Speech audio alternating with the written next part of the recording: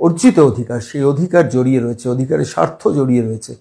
আমি এই মুহূর্তে দাঁড়িয়ে সুপ্রিম কোর্টের একটা সার্কুলার আমার হাতে রয়েছে, যেটা 16ই নভেম্বর 2024 এই সার্কুলারটা জারি হয়েছে। যে সার্কুলারের মাধ্যমে কিছু টেকনিক্যালিটিস আছে, যার ফলে এই ডিএ মামলার 7ই জানুয়ারি শুনানির সম্ভাবনাটা কিন্তু প্রবল হয়ে গেছে। আমি সরাসরি আজকে আপনারা যারা নতুন বাংলার দর্শক, তাদের কাছে সরাসরি মলয় মুখোপাধ্যায়ের বক্তব্যটা এই সংক্রান্ত ব্যাপারে শোনাবো। যে সার্কুলারটা আমার হাতে রয়েছে সুপ্রিম কোর্টের 16ই নভেম্বর, এই সার্কুলারে কি লেখা রয়েছে যার ফলে ডিএ মামলা 7ই জানুয়ারি শুনানি হওয়ার একটা প্রবল সম্ভাবনা আছে, যেটা 13 বার শুনানি হয়নি, 14তম বারে শেষ পর্যন্ত শুনানি হতে পারে।